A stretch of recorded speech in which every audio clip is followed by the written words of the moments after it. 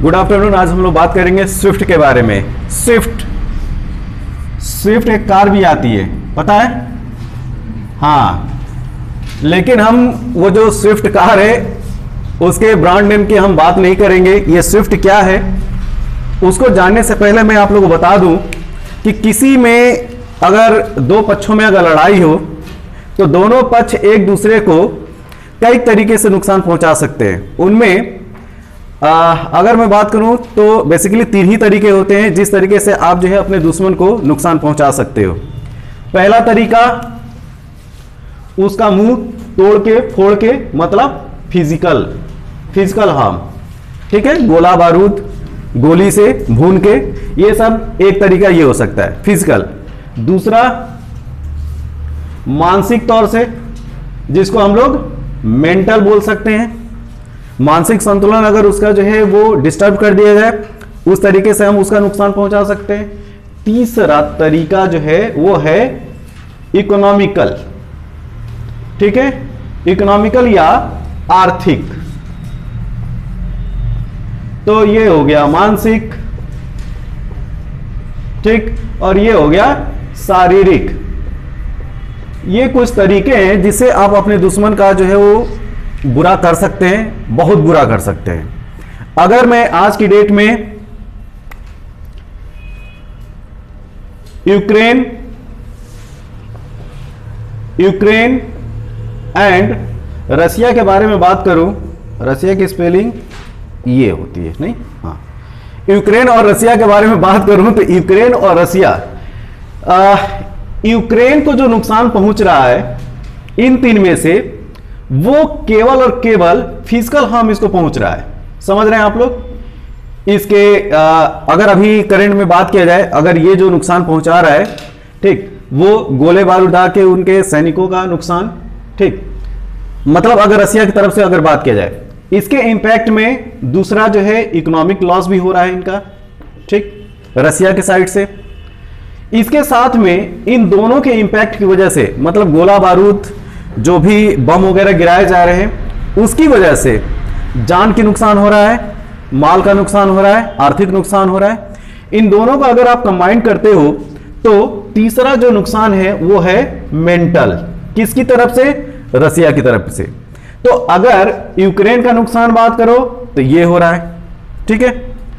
अगर यूक्रेन रसिया का क्या नुकसान पहुंचा रहा है, तो अभी करेंट सिचुएशन में यूक्रेन रसिया का, उसके भी सैनिक मारे जा रहे हैं, ठीक है, उसकी भी जो है वो जान जा रही है, उनके सैनिकों की, गोला बारूद इनको भी जो है वो झेलना पड़ रहा है, और साथ में जो है इनको इकोनॉमिक लॉस भी हो रहा है। लेकिन मेंटल, अगर मेंटल की अगर बात किया जाए, मानसिक, तो इन दोनों के कंपेयर में मानसिक तौर पे रसिया जो है वो कम जो है वो नुकसान के फेज में। अब ये तो ये बायलैटरली जो वार है, यहां पे यूक्रेन रसिया को किस तरह से नुकसान पहुंचा रहा है, या रसिया जो है यूक्रेन को कैसे नुकसान पहुंचा रहा है, इन दोनों में। यहां पे बायलैटरल सिचुएशन जो है वो केवल और केवल यूक्रेन के कंडीशन में है। समझ रहे हैं? केवल और केवल जो है यूक्रेन की कंडीशन में है। लेकिन रसिया के कंडीशन में क्या है? रसिया के कंडीशन में मल्टीलैटरल नुकसान। कैसे? आप लोगों ने सुना होगा कि रसिया के ऊपर जो बहुत सारे देश हैं वो इकोनॉमिक सैंक्शंस लगा रहे हैं। इकोनॉमिक सैंक्शंस का मतलब होता है आर्थिक प्रतिबंध। जो आर्थिक प्रतिबंध लगाने वाले जो देश हैं उसमें सबसे आगे बढ़ के यूएसए, ब्रिटेन, फ्रांस, जो भी नाटो और नाटो के जो एलाई हैं, ठीक है, नाटो जो है वो 30 देशों का, 30 कंट्री का एक समूह है, जिसमें बढ़ चढ़ के जो सबसे आगे रहता है वो अमेरिका रहता है। तो यहां पे इकोनॉमिक सैंक्शंस की अगर बात किया जाए तो नाटो वाले देश हैं, स्पेशली यूएसए, बढ़ चढ़ के जो है वो रसिया को कैसे जो है वो इकोनॉमिक हार्म पहुंचाया जाए, ये। अच्छा देखो, नुकसान तो ये तीनों लेवल से जो है इन दोनों को हो रहा था, लेकिन यहां पे रसिया को नुकसान पहुंचाने के लिए केवल यूक्रेन ही जो है वो तीन ये जो हथकंडे हैं वो केवल यूक्रेन नहीं इस्तेमाल कर रहा है। यूक्रेन के जो साथी हैं, अगर नाटो ग्रुप की बात किया जाए और उसमें स्पेशली यूएस की बात किया जाए, तो वो जो है वो रसिया को अलग से ये इकोनॉमिक प्रेशर क्रिएट कर रहा है। समझ रहे हैं? तो यहां पे जो है, जो मिसाइल अटैक है, गोला बारूद है, टैंक है, वो वाली जो लड़ाई है या जो मेंटल जो टॉर्चर इन दोनों देशों को हो रहा है, उसकी हम बात नहीं करेंगे। हम इसका जो इकोनॉमिकल जो एस्पेक्ट है, आर्थिक, हम उसकी बात करेंगे। और इसी वजह से हमने जो है वो स्विफ्ट स्टार्ट किया है, ठीक है। तो हम जो इकोनॉमिकल एस्पेक्ट है उसमें स्विफ्ट का क्या रोल है, हम उसकी बात करेंगे। ओके, तो ये थोड़ा सा मेरे को जो है बैकग्राउंड बनाना था कि ये जो स्विफ्ट है वो रिलेटेड है वो आर्थिक परिदृश्य से, ठीक है, कि आर्थिक परिदृश्य में स्विफ्ट का क्या रोल है, हम उसकी बात करेंगे। और ये जो है वो रसिया को कैसे नुकसान पहुंचा सकता है वो हम देखेंगे। तो थोड़ा सा ये मेरा बोर्ड जो है वो गंदा हो चुका है, इसको मैं साफ कर लूँ। ये एक्चुअली में यूट्यूब में क्या होता है, टाइम पास करना होता है, क्योंकि जो टीचर है वो अगर चुप हो गया तो प्रॉब्लम हो जाएगी। तो जनता को जो है इंटरटेनमेंट जो है वो मिलता रहना चाहिए, आवाज़ आती रहनी चाहिए। तो इस वजह से जो है ये इस टाइम का सदुपयोग करते हैं, नो डाउट। ये एक प्रैक्टिस होती है, लेकिन इस तरह की प्रैक्टिस मैं नहीं इस्तेमाल क्या करूंगा। आप लोग को जो है हमेशा एंगेज रहेंगे। जैसे स्विफ्ट मैंने लिख दिया है, जैसे मैंने बोला कि ये कार की ब्रांड नहीं है, ये इकोनॉमिक परिदृश्य में एक टर्म है। तो स्विफ्ट का फुल फॉर्म क्या होता है, आपको अब तक जो है अपने दिमाग में सोच लेना चाहिए था। तो स्विफ्ट में आप जो लेटर देख रहे हो स्विफ्ट में, वो है SWIFT। ये जो 5 लेटर है, इसमें अगर मैं बात करूं, एस का क्या मतलब है, एस फॉर सोसाइटी, क्या, society for world wide interbank society for world wide interbank, A for financial और टी फॉर टेलीकम्युनिकेशन।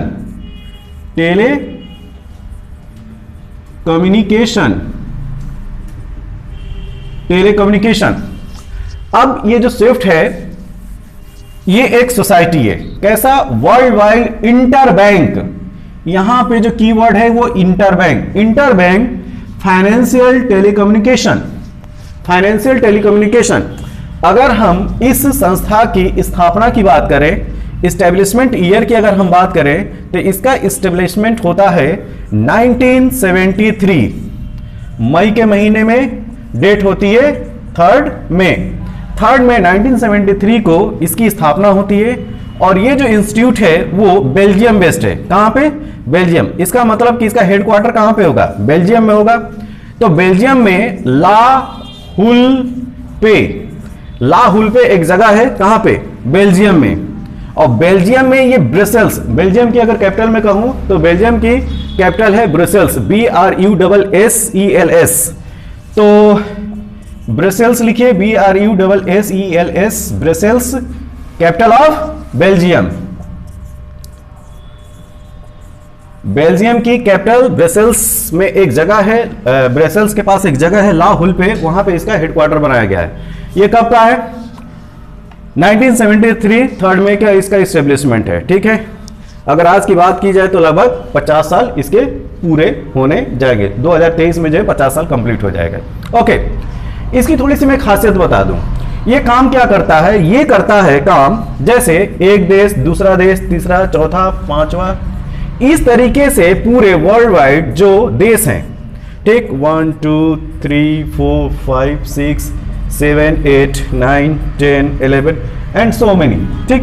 अगर जैसे मान लिया कि देश नंबर ये जो 8 है, ठीक, ये 8 जो है वो दूसरे देशों के साथ अपना फाइनेंशियल ट्रांजैक्शन या पेमेंट उसको करना होगा, तो वो एक गेटवे का इस्तेमाल करेगा, एक पेमेंट सिस्टम का इस्तेमाल करेगा। वो जो पेमेंट सिस्टम है, वही पेमेंट सिस्टम क्या है, वो स्विफ्ट है, SWIFT, स्विफ्ट। तो स्विफ्ट क्या है, एक देश से दूसरे देश में ट्रेड कॉमर्स आप एक्टिविटी करोगे, लेकिन जब पेमेंट की बात करें तो एक प्लेटफॉर्म होना चाहिए ना, कि कौन से पेमेंट के थ्रू आप जो है वो उसको पे करोगे। तो जो पेमेंट का रास्ता है वो है स्विफ्ट, क्या, स्विफ्ट। तो आप इसे समझ जाओ कि अगर ये जो सिस्टम है, ये जो पूरा जो नेटवर्क है टेलीकम्युनिकेशन का, किसके लिए, फाइनेंशियल टेलीकम्युनिकेशन, अगर इसको बंद कर दिया जाए, ये जो देश है, ये जो 8 नंबर का देश है, मैंने एक एग्जांपल दिया, और 8 नंबर क्यों, डायरेक्ट मैं क्या बोल दूं, इसको रसिया मान लूं मैं, रसिया। ठीक, अब इसका जो ट्रांजैक्शन है, ट्रेड कॉमर्स, जो पेमेंट इसको करना होगा, उसमें जो है ये जो स्विफ्ट सिस्टम जो पेमेंट गेटवे की तरीके से काम क्या करता था, उसको क्या कर दिया गया, इसमें सैंक्शन लगा दिया गया कि आप जो है ये फैसिलिटी आप यूज नहीं करेंगे। तो अगर इसको जो खरीदना बेचना होगा और जब इसको पेमेंट की बात आएगी तो क्या इसके पास ये व्यवस्था हो पाएगी, पेमेंट हो पाएगा, नहीं हो पाएगा। अब मैं एक एग्जांपल दे दूं कि इससे नुकसान कितना बड़ा होता है। ये जो है यूएस और यूरोपियन यूनियन, ठीक, यूएस और यूरोपियन यूनियन जो है ये जो फैसिलिटी है पेमेंट की, ये पहली बार ये इस तरह का स्टेप नहीं ले रहे हैं। इससे पहले जो अन्य देशों पे भी इन्होंने ये हथकंडे आजमा चुके हैं। जैसे अगर आपको याद हो ईरान तो जानते होंगे आप लोग। ईरान पे बहुत सारे इकोनॉमिक सैंक्शन जो है यूएस लगाता रहा है। उसमें से एक जो था वो स्विफ्ट की जो फैसिलिटी है वो ईरान को जो है वो 2016 में ही इससे छीन ली गई। ठीक, अब ईरान जो है एक ऑयल एक्सपोर्टिंग नेशन के बारे में जानते होंगे आप लोग। ठीक, अब वो जो है वो तेल अगर वो बेचेगा तो पेमेंट अगर किसी को करना होगा, जैसे मान लीजिए भारत को करना होगा, तो उसके पास तो ये एक स्विफ्ट तरीका था ना, ये स्विफ्ट के तरीके थ्रू जो है वो पेमेंट करता। किसके थ्रू? स्विफ्ट के थ्रू। समझ रहे हैं? तो स्विफ्ट जो है वो डायरेक्ट जो है फिजिकली ट्रांसफर नहीं करता है, वो एक मिडलमैन की तरीके से काम करता है। किधर? मिडलमैन की तरीके से। जैसे आप लोग जो है गूगल पे, पेटीएम, ये सब इस्तेमाल करते हैं ना, वो तो क्या करता है, वो जो है वो मीडिएट करता है आपके बैंक और कस्टमर के बीच में, मीडिएट करता है। उसी तरीके से जो स्विफ्ट है वो एक मिडलमैन या मीडिएटर का काम करता है। किसका? फाइनेंशियल ट्रांजैक्शन का। ये बात समझ में आ रही है? हम अब आगे बढ़ते हैं।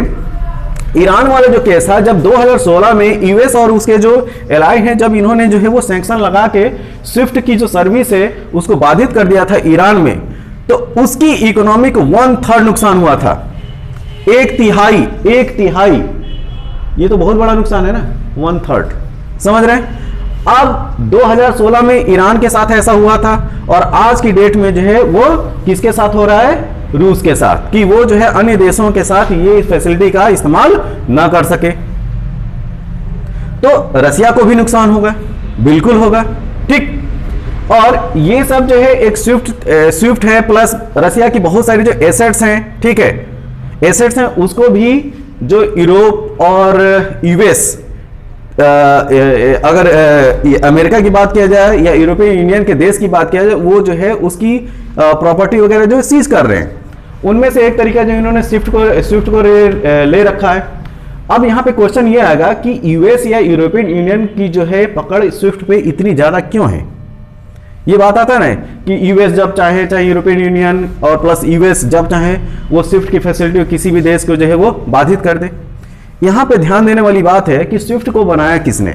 अगर ऑपरेट करने की बात की जाए कि स्विफ्ट जो है वो ऑपरेट होता कितने लोगों से, लोगों इन सेंस की देश से, तो स्विफ्ट जो है वो 11 कंट्री, कितने? 11 देश जो हैं वो स्विफ्ट को ऑपरेट करते हैं। इसको समझिए आप, वो 11 देश में एक लिखते जाइए आप, USA, UK, Sweden, Switzerland,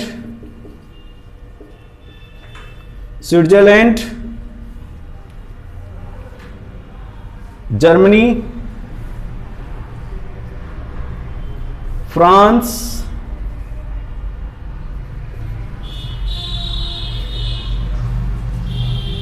Canada,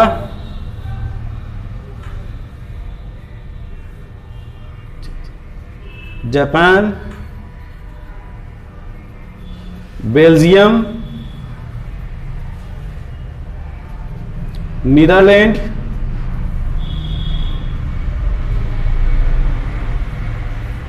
और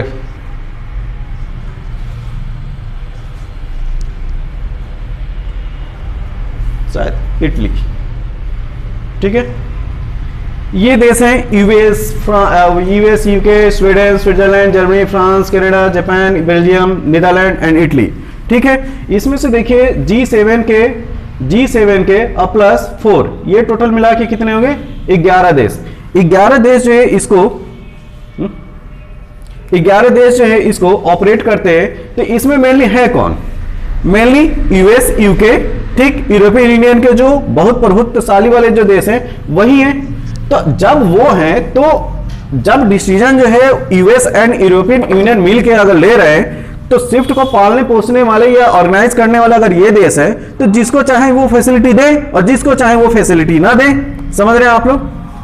तो इस वजह से स्विफ्ट जो है एक तरीके से यूएस और यूरोपियन यूनियन का ही एक सिस्टम दिया, एक फाइनेंशियल सिस्टम या पेमेंट गेटवे सिस्टम जो है दिया हुआ है। किसका? यूएस एंड यूरोपियन यूनियन का। अब किसी ना किसी तरीके से जो ये रशिया है उसको जो है हम पहुंचाना है, ठीक। तो अभी तो direct US and European union या अगर नाटो की बात किया जाए, डायरेक्ट सैन्य या सैनिक अपना भेज के जो वो तो वहां पे अटैक कर नहीं रहे। पहले क्या कर रहे हैं कि इकोनॉमिक तौर से इसको कमजोर किया जाए, रशिया को इकोनॉमिक तौर पे कमजोर किया जाए। इस वजह से सैंक्शन पे वो सैंक्शन लगा रहे हैं। अब क्योंकि हमारा जो लेक्चर है वो स्विफ्ट बेस पे है, तो हम स्विफ्ट पे ही कॉन्सेंट्रेट करेंगे। थोड़ा सा कैरेक्टर जो है वो कुछ लक्षण जो है स्विफ्ट के और हम बताते हैं। देखिए, स्विफ्ट से जो ट्रांजैक्शन करना होता है वो आसान कम खर्चे वाला होता है। इसके अल्टरनेटिव भी हैं जो रसिया इस्तेमाल करता है, जो उसका जो अल्टरनेटिव हम उसकी थोड़ी देर में बात करेंगे। स्विफ्ट की थोड़ा सा एक और जान जाइए कि इसके साथ लगभग 11,000 फाइनेंशियल इंस्टीट्यूशंस या अगर मैं कहूं बैंक जुड़े हुए हैं। कितने? 11,000। इसके साथ देश कितने जुड़े हुए हैं? लगभग 200 देश। कितने? 200 कंट्रीज। 200 कंट्रीज के लगभग 11,000 फाइनेंशियल इंस्टीट्यूशंस या बैंक्स जो हैं इस फैसिलिटी के साथ जुड़े हुए हैं। स्पेशली जो आप लोगों ने 11 देश देखे, 11 देश के जो सेंट्रल बैंक है, समझ रहे हैं आप लोग? जैसे अगर मैं यूएस के सेंट्रल बैंक की मैं बात करूं तो यूएस का सेंट्रल बैंक है फेडरल रिजर्व, ठीक है। तो उन 11 देशों के जो सेंट्रल बैंक है वही इसको जो है चैनलाइज करते हैं, ऑपरेट करते हैं। इस तरीके से अगर बात करें, ठीक। अब यहां पे 200 देशों की अगर बात की जाए तो 200 देशों के जो सेंट्रल बैंक है वो डायरेक्टली इससे लिंक होंगे कि नहीं? क्योंकि पेमेंट सिस्टम करना है ना एक देश से दूसरे देश में। समझ रहे हैं आप लोग? जैसे इसमें शब्द क्या इस्तेमाल किया था आप लोगों ने? World wide interbank. ये इंटरबैंक मतलब एक देश से दूसरे देश में जो है वो फाइनेंशियल टेलीकम्युनिकेशन होगा। किसके थ्रू? स्विफ्ट के थ्रू। ये लिखा है ना आप लोगों ने यहां पे। तो यहां पे अगर हम बात करें 200 कंट्रीज, तो 200 कंट्रीज में क्या? उनके सेंट्रल बैंक। तो सेंट्रल बैंक अगर बात किया जाए, अमेरिका के जैसे मैंने बात किया तो फेडरल रिजर्व कहते हैं उसके सेंट्रल बैंक को। इंडिया के अगर बात किया जाए तो इंडिया का आरबीआई हो गया। तो इस तरीके से ये पूरा ताना बाना है। और इन्होंने अब जो है रसिया को जो है वो अपने चंगुल में फंसाने की कोशिश की है कि स्विफ्ट की सर्विस हम नहीं देंगे। अब इसकी अगर तुलना की जाए तो ये जो सैंक्शंस लगा है रसिया के ऊपर कि स्विफ्ट की सर्विस नहीं देंगे, वो बिल्कुल जो है इकोनॉमिक परिदृश्य में, आर्थिक परिदृश्य की अगर बात किया जाए तो उस सिनेरियो में बिल्कुल एक एटम बम के बराबर है ये सैंक्शन। समझ रहे हैं आप लोग? जैसे एटम बम बहुत ही कैटास्ट्रॉफी क्रिएट करता है, बहुत ज्यादा नुकसान पहुंचाता है, जान माल की नुकसान पहुंचाता है वो, ठीक है। उसी तरीके से अगर आर्थिक परिदृश्य में बात किया जाए तो स्विफ्ट जो है वो एक एटम बम से कम नुकसान पहुंचाने वाला नहीं है। तो फाइनेंशियल तो नुकसान रसिया को बहुत पहुंचेगा, ठीक। अब जब इस तरह की सिचुएशन है, जब वो जान रहा है कि रसिया जान रहा है कि इस तरह की जो है वो बातें हो सकती हैं, इस वजह से रसिया ने जो है जब क्रीमिया को जो ऑक्युपाई किया था, जब उस पर अटैक किया था, तो उसने इसका एक अल्टरनेटिव भी ढूंढ लिया था। इसका एक अल्टरनेटिव, ठीक। इसका जो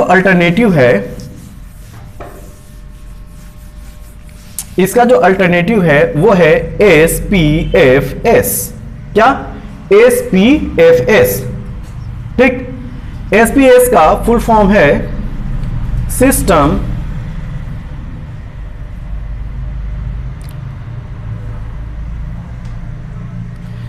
for transfer of financial messages. अब यहां पे आप लोग देख रहे हो कि एएसपीएफएस लिखा हुआ है और यहां पे जो इसका जो एब्रीविएशन जो आ रहा है वो system for transfer of financial messages करके आ रहा है। ठीक, इससे मैच नहीं कर रहा है। तो मैंने पहले आप लोग को क्या बोला था, ये व्यवस्था किसकी दी हुई है, ये व्यवस्था जो दी गई है वो रसिया से दी गई है। ठीक है, रसियन लैंग्वेज में जो लेटर स्टार्ट होगा वो एएसपीएफएस होगा। समझ रहे हैं आप लोग? ठीक, तो मैं रसियन लैंग्वेज यहां पे नहीं लिखने वाला हूं, जो उसका जो मतलब है आप लोग ये याद रखें, system for transfer of financial messages. Right sir, exam में आ गया तो नहीं आएगा, सर आ गया तो लिख लीजिए, और मैं क्या कह सकता हूं। ठीक, ओके। तो system for transfer of financial message है, ये सर्विस जो है वो क्रीमिया 2014 के बाद रसिया ने एक अल्टरनेटिव बनाया। किसका अल्टरनेटिव? स्विफ्ट का अल्टरनेटिव। ठीक है, किसका अल्टरनेटिव? स्विफ्ट का अल्टरनेटिव। अब इसमें समस्या क्या है, अगर जब अल्टरनेटिव है और अभी मैंने कहा कि रसिया को बहुत नुकसान पहुंचेगा और बिल्कुल ये जो है एटॉमिक अटैक के बराबर है। ठीक, इकोनॉमिक परिदृश्य में अगर बात की जाए रसिया का, देखिए इसके साथ जो ट्रांजैक्शन है वो थोड़ा सा महंगा है, थोड़ा क्या ज्यादा महंगा है। दूसरी बात, इनके साथ जो इंटरकनेक्ट जो देश हैं वो बहुत कम है। बहुत कम मतलब चाइना को मान लीजिए, चाइना है इनके साथ। ठीक, अब उसके कंपेयर में, स्विफ्ट के कंपेयर में अगर एसपीएस की बात करेंगे, कहां स्विफ्ट में जो है 200 देश थे, 11,000 फाइनेंशियल इंस्टीट्यूशंस थे। ठीक, वहां पे एसपीएस जो है बहुत ही छोटा है, लेकिन इकोनॉमी इसकी पूरी तरीके से ब्लैंक ना हो जाए और इसका जो है एक और इसकी तुलना की जाती है। बिल्कुल उसी तरीके से समझिए जैसे आप जो है आज की डेट में टेलीकम्युनिकेशन करते हैं ना, आप लोग इंटरनेट फैसिलिटी इस्तेमाल करते हैं। इंटरनेट फैसिलिटी से जो है बहुत सारे जो है एक दूसरे से इंटरकनेक्ट होना, ये इंटरनेट के वजह से ये पॉसिबल है। अगर इंटरनेट की सेवा बाधित कर दिया जाए और फिर आपको जो कम्युनिकेट करने की बात किया जाए, ठीक, तो कितना आप पे इंपैक्ट पड़ेगा। उसी तरीके से ये समझ जाइए कि इकोनॉमिक सिस्टम का ये इंटरनेट है। बात समझ में आई? और ये जो इंटरनेट की जो फैसिलिटी है वो किसके लिए बंद कर दी जा रही है? रसिया के लिए। वो रसिया के लिए बंद कर दी जा रही है। तो इसका मतलब कि रसिया को तो नुकसान पहुंचने वाला है या पहुंच भी रहा है। ठीक है, एसपीएफ जो है वो अल्टरनेटिव है, वो चाइना के थ्रू कुछ जो है ट्रेड कॉमर्स एक्टिविटी वो कर सकता है। ठीक, अदरवाइज रसिया को जो है बहुत ज्यादा नुकसान जो है वो इससे झेलना पड़ेगा। लेकिन यूएस या उसके जो एलाई हैं, यूरोपियन यूनियंस की बात की जाए, नाटो की बात किया जाए, जो भी उसके जो एक्शन है, इकोनॉमिक एक्शन हो, फिजिकल एक्शन हो या मेंटल एक्शन हो, ठीक है, मेंटल की भी मैं थोड़ा सा अगर मैं बात करूं, इन्होंने मेंटल पहले ये सब सैंक्शन लगा नहीं रहे थे, केवल धमका रहे थे। एक मेंटल टॉर्चर जो है वो रसिया को दे रहे थे कि तुम ऐसा नहीं, ऐसा करोगे तो हम ऐसा कर देंगे, तुम ऐसा करोगे तो हम ऐसा कर देंगे। एक मेंटल स्ट्रेस जो है जो ऑलरेडी प्रोवोक है उसको और वो जो है वो प्रोवोक कर रहे थे। ठीक, रसिया आज की डेट में इस माइंडसेट से चल रहा है कि यूक्रेन को तो मैं किसी भी कीमत पे छोड़ूंगा नहीं, भले मेरा कितना भी नुकसान हो जाए। इस वजह से जो रसिया की तरफ से जो भी स्टेटमेंट आ रहे हैं एकदम क्लियर कट आ रहे हैं। जो मेरी शर्त है अगर यूक्रेन मान रहा है, जैसे अगर कल की बात किया जाए, कल 28 फरवरी को काफी 3 राउंड की मीटिंग हुई बेलारूस और यूक्रेन के बॉर्डर पे, लेकिन वो जो मीटिंग जो है वो उसका कोई नतीजा नहीं निकला। तो रसिया एकदम क्लियर कट है, मुझको जो करना है वो मैं करके रहूंगा और हम दोनों की लड़ाई के बीच में जो भी तीसरा आएगा वो मेरा दुश्मन रहेगा। ठीक है, तो ये देखते हैं ये दुश्मनी कब तक चलती है। और एक चीज मैं बता दूं, युद्ध, वार अपने आप में एक समस्या है और कभी भी एक समस्या जो है दूसरी समस्या का समाधान कभी भी नहीं बन सकती। जिस तरीके से वार एक समस्या है, वार कभी भी किसी भी समस्या का समाधान नहीं बन सकता। तो ये शब्द जो है ये सभी लोग को समझना चाहिए कि वार से अगर हम सोल्यूशन निकालें, समाधान निकालें, तो वो इम्पॉसिबल है। ठीक, क्योंकि वार अपने आप में क्या है, एक समस्या है। तो ये जो है मतलब इस पर सोचना चाहिए कि कभी भी एक समस्या जो है वो दूसरी समस्या का समाधान नहीं बन सकती। ठीक है, खुद अपने आप में वार एक समस्या है। तो इस बात को समझते हुए जो है सभी लोग जो है वो शांति की तरफ आगे बढ़ें, यही मेरा कहना है और यही मेरा सोचना है। Thank you.